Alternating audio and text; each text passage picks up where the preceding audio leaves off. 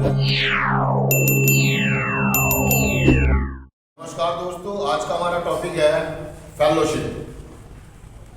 Headline है, NA में अपनी खुशी बांटने से हमारा आनंद बढ़ता है और दुखों को बांटने से वे कम होते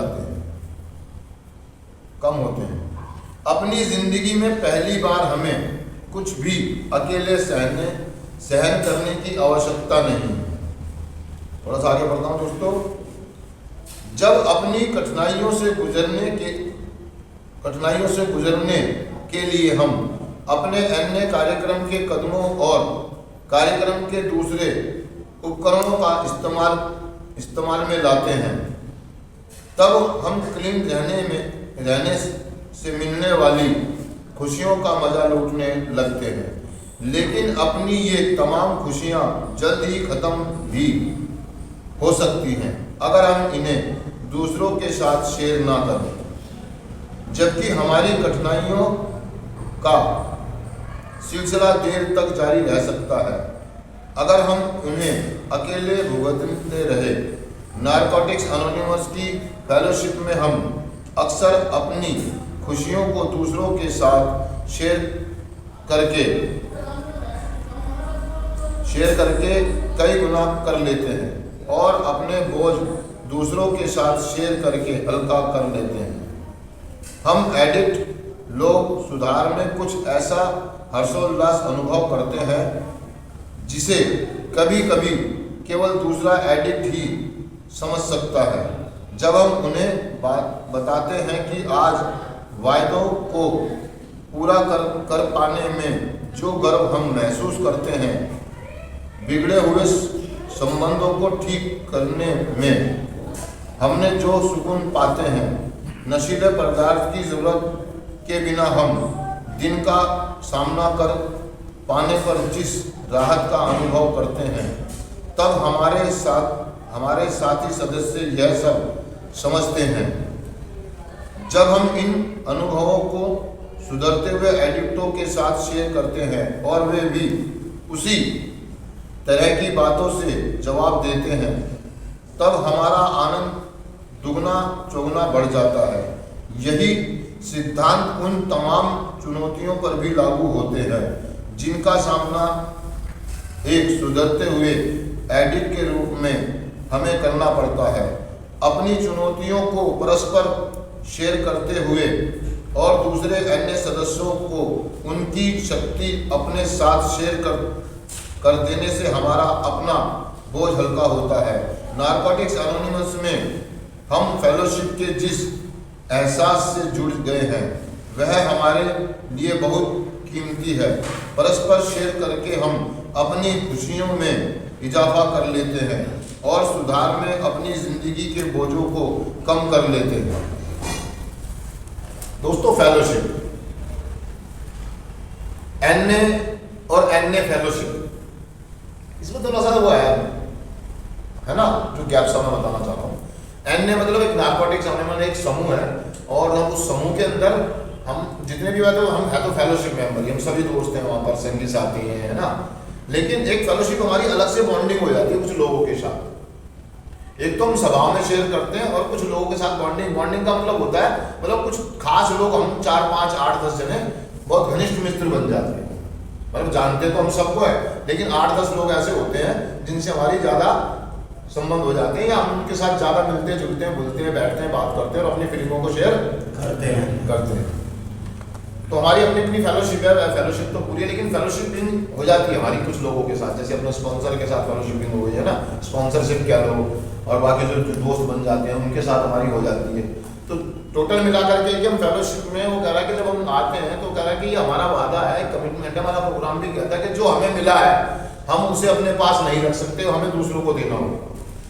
हमारी फेलोशिप का एक कमिटमेंट कह लो या औजार कह लो, उपकरण कह लो, सिद्धांत कह लो, उसूल कह लो,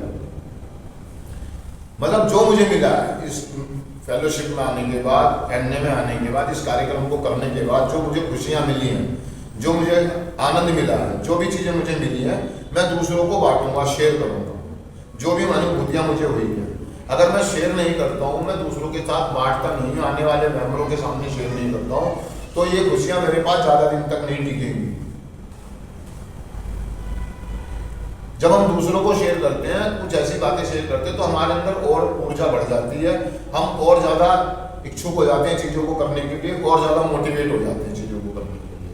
अगर हम शेयर नहीं करेंगे, हम बांटेंगे नहीं, तो हमारा जोश और जो जुनून हमारे अंदर आया है, हर्षोल्लास जो है वो ठंडा पड़ जाएगा, फीका पड़ जाएगा, और हम पीछे की तरफ बढ़ जाएंगे। इसीलिए हमें कहा गया कि शेयर करें। क्या करें? शेयर करें। अपनी खुशियों को, अपनी अनुभूतियों को शेयर करें, और अपने दर्द को भी शेयर करें। खुशियां बांटने से बढ़ जाती हैं हमारी फेलोशिप में, और दर्द को बांटने से वो कम हो जाता है। कोई ना कोई व्यक्ति, ऐसा व्यक्ति हमें मिल जाता है, या कोई ना कोई व्यक्ति हमें फीडबैक देता है कि नहीं, आप अकेले नहीं हैं, इस दर्द में हम तुम्हारे साथ हैं, और ये दर्द मेरे साथ भी गुजर चुका है, और मैंने ऐसे ऐसे इन चीज़ों को किया तो मैं ठीक रहा, मैं रिकवरी में रहा, और मेरे को फायदे हुए। जब हम किसी को अपना दर्द या अपनी चीज़ें शेयर करेंगे, तभी तो हमारे को फीडबैक मिलेगी कि मुझे आगे करना क्या है।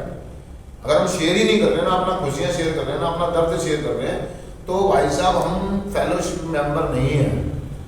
अगर हमने सदस्यता ले ली है, तो हमारा बनता करते हुए ये हमारी जिम्मेदारी बन जाती है कि हम शेयर करें, चाहे वो दुख हो, चाहे वो खुशियाँ हो, क्योंकि हम एक फेलोशिप जो हमारी सदस्यता बन गई, और हम इस मतलब परिवार है, और हम अपने परिवार को ही नहीं बताएंगे अपनी खुशियाँ और अपने दर्द, तो फिर किसे बताएंगे? वो कह रहा, जो लोग इन सिद्धांतों का, इन उसूलों का, इन औजारों का इस्तेमाल करते हैं, वो हमेशा आगे बढ़ते चले जाते हैं और जिंदगी का आनंद लेते चले जाते हैं। परस्पर मतलब लगातार बराबर शेयर करते रहना, और बराबर रिकवरी के मजे लेते रहना। नशा मुक्त जो जीवन है उसके मजे लेते रहना। अगर हम सही में इस चीज को आगे तक ले जाना चाहते हैं, हम एक लॉन्ग लाइफ रिकवरी जीना चाहते हैं, तो हमें कंटिन्यू अपने दुख और दर्द को और खुशियों को शेयर करते रहना होगा। मतलब लगातार जब भी हमें मौका मिलेगा हम शेयर, हम बांटेंगे उसको। मुझे जो भी गिफ्ट मिला, मैं रिकवरी में आया है ना, मेरे को पहला गिफ्ट क्या मिला, मतलब पहला रिकवरी फ्रूट क्या मिला, मुझे पहले कौन सी मौज मस्ती का एहसास हुआ, मुझे क्या महसूस हुआ, वो मैं शेयर करूँगा ना, लोगों को बताऊँगा तो सही यार। लेकिन बहुत सारे लोग वो अनुभूतियाँ मतलब महसूस ही नहीं कर पाते हैं आने के बाद। अगर आप मुझसे कहेंगे कि आपको क्या अनुभूतियाँ आई जब आपने पहली बार नशा छोड़ा, दोस्तों मेरे को आज भी याद है, जब मैं फर्स्ट टाइम किसी रिहैब में गया था पहली बार, और मैं तो जब आने से रिहैब में जाने से पहले मेरी अनुभूति ये थी कि यार नशा नहीं छूट सकता, और मैं एक दिन 2 दिन बिना नशे के जीना चाहता था, और तरस रहा था उस दिन को देखने के लिए कि आपको 24 घंटे मेरे 8 घंटे ऐसे गुजर जाए जिसमें मैं नशा ना करूँ। मैं उसको जीने के लिए, उस पल को जीने के लिए, बिना नशे के सोने के लिए मैं तरस रहा था, तड़प रहा था। और जब मैं पहली बार मैं किसी रिहैब में गया, और वहाँ पर मैंने बिना नशा किए 2 दिन 3 दिन गुजारे, और बिना नशा किए जब मैं सोया, वो अनुभूति जो मुझे हुई, और वो जो खुशी मुझे हुई यार, उसको ना शब्दों में बयान नहीं किया जा सकता। मतलब एक ऐसी चीज जिसको मिलके मेरे घर वाले, कोई डॉक्टर, कोई तांत्रिक नहीं कर पाया है, वो फेलोशिप में आगे हो गई। मेरी माँ, मेरे पिताजी, मेरे दोस्त, मेरे बहन भाई, मेरे रिश्तेदार, सबने जोर लगा लिया मुझे ठीक करने के लिए। घर में नशा छोड़ता था, मम्मी खड़ी जाती थी, बेचारी बेटा क्या खाएगा, कोई पैर दबा रहा है, कोई सर दबा रहा है, कोई चाय बना के दे रहा है, और 1 दिन 2 दिन गुजरते थे और मैं फिर नशा कर लेता था, और सब धीरे धीरे साथ छोड़ के चले गए। और मुझे भी अंदर से ये आवाज आने लगी कि मैं ठीक नहीं हो सकता, मुझसे नशा नहीं छूट सकता, मैं 1 दिन भी बिना नशे के नहीं रह सकता।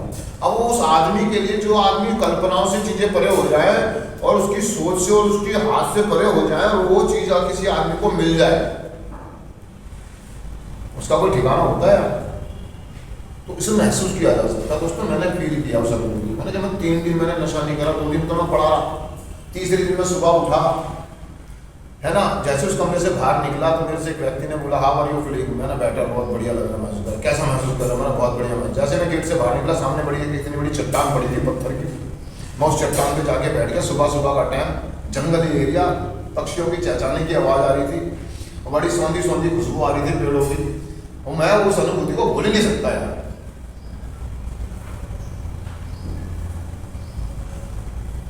मैं दोबारा से वहाँ पर उन लोगों की बात नहीं मानी, मैंने फेलोशिप का साथ छोड़ दिया, मैं वहाँ से आ गया, मैंने दोबारा से नशा कर लिया, मैं रिलैप्स हो गया।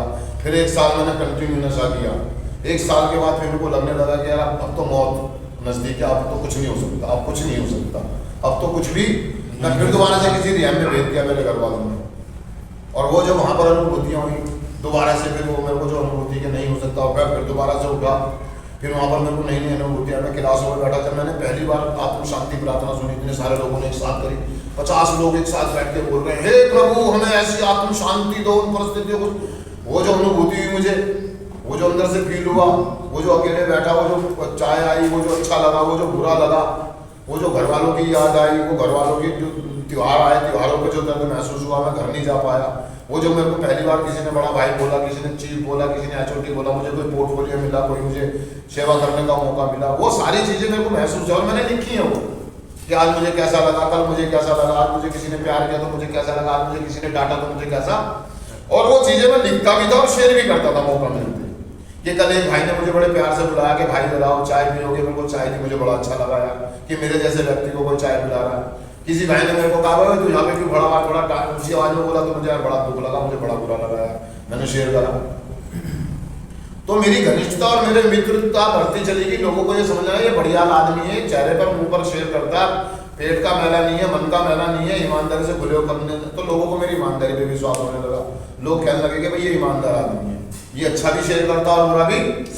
अगर किसी को कोई इसके साथ अच्छा करता तो अच्छा भी बोलता है, और इसके साथ कोई बुरा बोलता तो उसके मुंह पे बोलता कि भाई तेरी बात बुरी लगी। तो ये बढ़िया आदमी है।